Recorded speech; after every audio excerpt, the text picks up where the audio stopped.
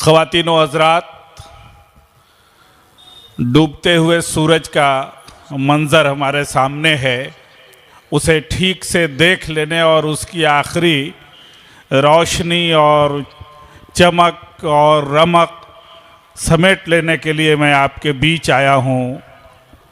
मनव्वर राना के सिलसिले से हसन काज़मी ने ऐसी बातें सुनाई। लग रहा है कि जो साज़ का जो तार है वो अब भी कुछ न कुछ राग अलाप रहा है। ये अच्छा हुआ अगर हसन काज़मी जैसे शख्स इस महफ़िल में न होते तो मनव्वर राना को हम इस तरह से ज़िंदगी बदामा नहीं देख पाते। मेरी हालत उस शख्स की है कि एक बार यूसुफ नाजिम ने जब बाकर मेहदी का खाका लिखा तो बताया कि बाकर मेहदी को मैंने पहली बार एहतशाम हुसैन की ताज़ियती नशिस्त में सुना था और यूसुफ नाजिम ने उसके आगे का जुमला कहा कि एहतशाम साहब की मौत में जो कसर रह गई थी वह बाकर मेहदी ने अपनी तकरीर से पूरी कर दी। एक दूसरी कैफियत मेरी ये है कि नियाज़ फ़तेहपुरी याद आते हैं कि नियाज़ फ़तेहपुरी कहते थे कि ये जिगर मुरादाबादी किस तरह का शायर है कि जब उसे मैं पढ़ता हूँ, कागज़ पे पढ़ता हूँ तो ये बात समझ में नहीं आती है कि उर्दू शायरी की मोहतम बिशान रिवायत में ये शख्स कहीं दिखाई नहीं देता है, इसका कोई मकाम समझ में नहीं आता है। लेकिन जब महफ़िल में जाता हूँ तो ये शख्स मुझसे भी दाद ले लेता है।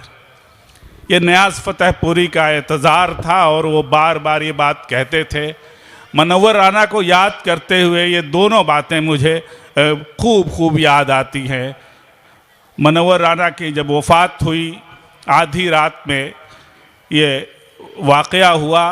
सुबह सवेरे मैं अखबार में थोड़ा बहुत लिखता रहता हूँ और ख़ास तौर से अदीबों शायरों की मौत होती है तो अगली सुबह या उसी दिन कुछ न कुछ लिख देता हूँ। तो मेरे एक शागिर्द ने कहा कि मनव्वर राना पे तो आप लिखेंगे नहीं।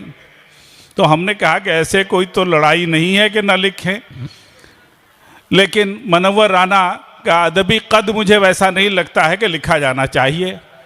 लेकिन तुमने कहा तो अब मैं लिखूँगा। जब लिखने बैठा तो जब एक कॉलम की जगह पूरी हो गई तो जहन में आया कि नहीं, अभी एक कॉलम और मैं लिखूँगा, वो अब भी बाकी है। अच्छा हुआ कि आज ये मौका मिला। मनव्वर राना इस दौर में जब पिछले 30-35 बरसों की उर्दू शायरी में हम समझते हैं कि बशीर बद्र के बाद उनसे मकबूल कोई शायर हमारे स्टेज पर नहीं आया। और सिर्फ उर्दू वालों के बीच नहीं, मनव्वर राना उन जगहों पर भी दाद लेते थे। मैंने वैसे मुशायरे भी देखे कि उस स्टेज पर उर्दू का कोई भी शायर नहीं है, उर्दू की तहजीब का समझने वाला भी कम है, मगर उस महफिल में भी दाद किसी को सबसे ज़्यादा मिली तो मनव्वर राना ही थे। ऐसे मुशायरे देखे जिन मुशायरों में सिर्फ ज़राफ़त निगार हैं। जो हिंदी के हमारे दोस्त हों बुरा न माने, हिंदी का स्टेज जो ज़राफ़त के लिए वक्फ़ है वो फूहड़पन का सबसे परले दर्जे का नमूना होता है। उस स्टेज पर भी देखा कि मनव्वर राना उसी एहतमाम से कबूल किए गए और मनव्वर राना ने उसी तरह से अपने एक एक शेर की दाद ली। आखिर कोई तो बात होगी कि हमारे ज़माने का कोई एक ऐसा शायर है जो सीधे साधे लफ्ज़ों में बात करता है। मनव्वर राना के यहाँ एक ढूंढते जाइए 4, 5, 6, 10 गज़लों के बाद एक खूब अच्छी तरकीब आएगी, नहीं तो कोई तरकीब भी नहीं बनाते हैं। फ़ारसियत से गुरेज़ की एक राह थी। मनव्वर राना इस्तारे भी ऐसा बनाते हैं कि आपको लगेगा ही नहीं कि हमने जो उर्दू शायरी की रिवायत में इस्तारा साजी के उसूल व ज़वाबित पढ़े और हमारे शुअराए कराम ने जिसे आज़माया, मनव्वर राना तो उसे छूते भी नहीं हैं। उसके बावजूद एक ऐसा शख्स है कि जिसकी बात दुनिया सुनती है और जिसके अशार पर लोग झूमते हैं। हमने वैसे मुशायरे देखे हैं जिसमें 15 मिनट, आधा घंटा और 1 घंटा नहीं, 2 घंटे और 2.5 घंटे तक अकेले मनव्वर राना शेर पढ़ रहे हैं। जिन लोगों ने उन्हें सुना है वो जानते हैं कि याददाश्त किस तरह की थी। आखिरी ज़माने में कभी कभी उन्हें कागज़ निकालना पड़ता था तो ऐसे घबराते थे, ऐसे दुखी होते थे कि अब हाफजा साथ नहीं दे रहा है। जो शख्स 250-250, 300-300, 400-400 शेर एक महफिल में सुना देता था और हज़ारों में बैठे लोग सुन लेते थे, आखिर उसके अशार में कोई तो ऐसी बात थी। और वो बात थी जब मुशायरों की महफिल में अभी खुमार साहब का नाम लिया, अभी बशीर बद्र का नाम लिया गया। ये बशीर बद्र का जादू चल रहा था। बशीर बद्र के बग़ैर हिंदुस्तान का कोई मुशायरा मुकम्मल नहीं हो सकता था। एक तरफ बशीर बद्र और दूसरी तरफ मलिकज़ादा मंजूर अहमद की निज़ामत फल फूल रही थी। उस माहौल में मनव्वर राना ने अपने लिए स्पेस क्रिएट किया। यह स्पेस बशीर बद्र की ज़बान, बशीर बद्र के इस्तारे भी नहायत अनोखे थे और उस पूरी जदीद शायरी में कोई ऐसा शायर नहीं था जो बशीर बद्र की ज़बान पैदा कर सके। लेकिन उसके सामने मनव्वर राना ने बिल्कुल वो बशीर बद्र सजी संवरी सजे हुए अल्फाज और माहौल से शेर निकाल रहे थे और इस शख्स ने आम जिंदगी के ऊबड़ खाबड़ रास्तों को चुना और वहाँ से शेर निकालना शुरू किया। इसी शेर निकालने में उसे वो भी याद आया कि हमारी शायरी में हम उर्दू शायरी के जो रसियाँ हैं उनको बार बार कभी अगर गौर करें, अपने दामन पे नज़र डालें तो उन्हें लगेगा कि हमारे यहाँ हर जाई का ज़िक्र बहुत आता है, माशूक़ा का ज़िक्र कम आएगा। माशूक़ा का आएगा तो हमेशा एक ऐसी कैफियत रहेगी कि लगेगा कि किसी दूसरी दुनिया की शायरी है। लेकिन उस माहौल में मनव्वर राना ने कोशिश की कि अपने घर में झांके। अगर फ़िराक़ ने घरेलू औरत को अपने रुबाइयात का हिस्सा बनाया, घर आंगन में जानिसार अख्तर ने उस औरत को पहचानने की कोशिश की, तो उसी तरह से उन्हीं रिश्तों में से एक रिश्ता जिसे माँ कहते हैं, भाई बहन कहते हैं, और उससे जो हमारा घर बनता है उसको उस जगह पे मनव्वर राना ने पहुंचा दिया कि आज कोई मुशायरा छोटा हो या बड़ा, छोटा शायर हो या बड़ा शायर हो, ये जो आज नक़ल हो रही है ये अकेले मनव्वर राना ने मजबूर किया हमारे शुअराए कराम को, हमारे अवाम को कि इस मौजू की तरफ आप आइए और इसे अपनी शायरी का हिस्सा बनाइए। तो मैं समझता हूँ कि मनव्वर राना का एक ये बड़ा काम है। संजय कुमार कुंदन ने उनकी लफ्ज़ियात के बारे में कहा, मैं चाहूँगा कि मनव्वर राना की शायरी में जो एहतजाज की लय है उसको भी आप याद रखिए। मनव्वर राना ने राहत इंदौरी की तरह से बरमला इजहार का सलीक़ा कम कम आजमाया।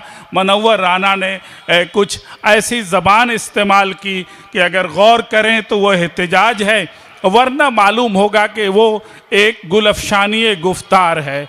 तो जिस आदमी को यह कुदरत हासिल हो कि एक ही जुमले से, एक ही मिसरे से वह एक ज़रीफ़ाना कैफियत पैदा कर सकता हो और उसी से एहतजाज बुलंद कर सकता हो, यह कुदरत कलाम का मामला होता है। और मनव्वर राना ने अपनी सलाहियत से ये काम किया। मनव्वर राना ने मुशायरों पर जिस तरह से राज किया कि जब किसी ज़माने में जिगर मुरादाबादी को ये मलका हासिल था। जिगर मुरादाबादी के हम लोगों ने किस्से ही सुने हैं कि जिगर जब खड़े होते थे तो अब मुशायरे में कुछ भी नहीं हो सकता है। वह भी होता था कि जिगर को छिपा कर रखा जाता था कि उनको पहले मुशायरे में नहीं आने दिया जाता था। 12 बजे, 1 बजे और 2 बजे रात में जिगर को लाया जाता था, क्योंकि अगर जिगर आ गए तो फिर उन्हें उनके अलावा किसी दूसरे को पढ़ने ना दिया जाएगा और जिगर को स्टेज से हटने भी नहीं दिया जाता था। तो धीरे धीरे मुनव्वर राना की ये हैसियत हुई।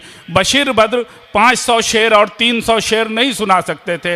हमारे स्टेज का कोई शायर राहत इंदौरी 25 शेर सुनाते में खून थूक सकते थे, लेकिन एक मुनव्वर राना ऐसा था जो 200 और 300 शेर एक सिटिंग में पढ़ सकता था।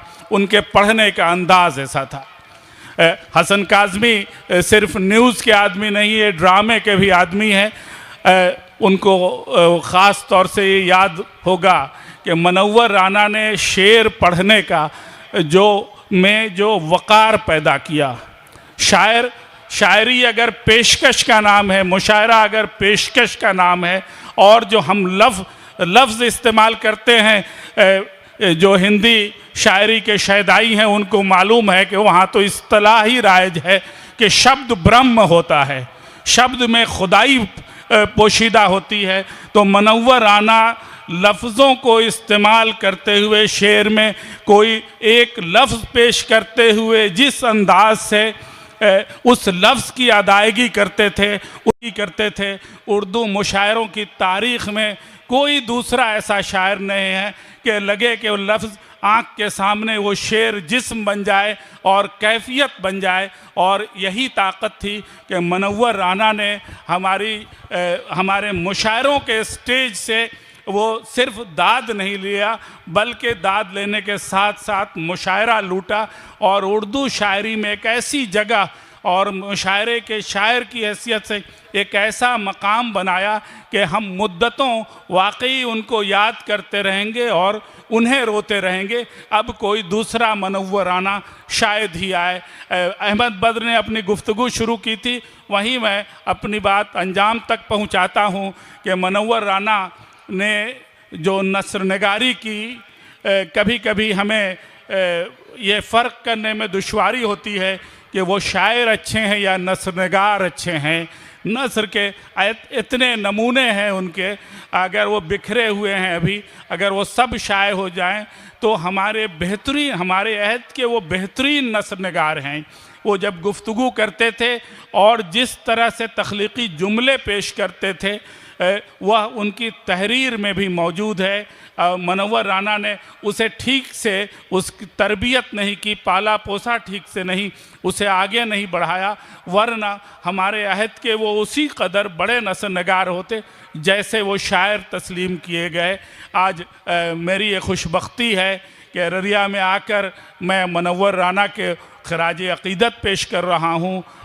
खुदा करे कि उनका सारा कलाम और उनकी सारी नस्र जमा हो जाए और लोग उसे संजीदगी से बार बार पढ़ें। शुक्रिया।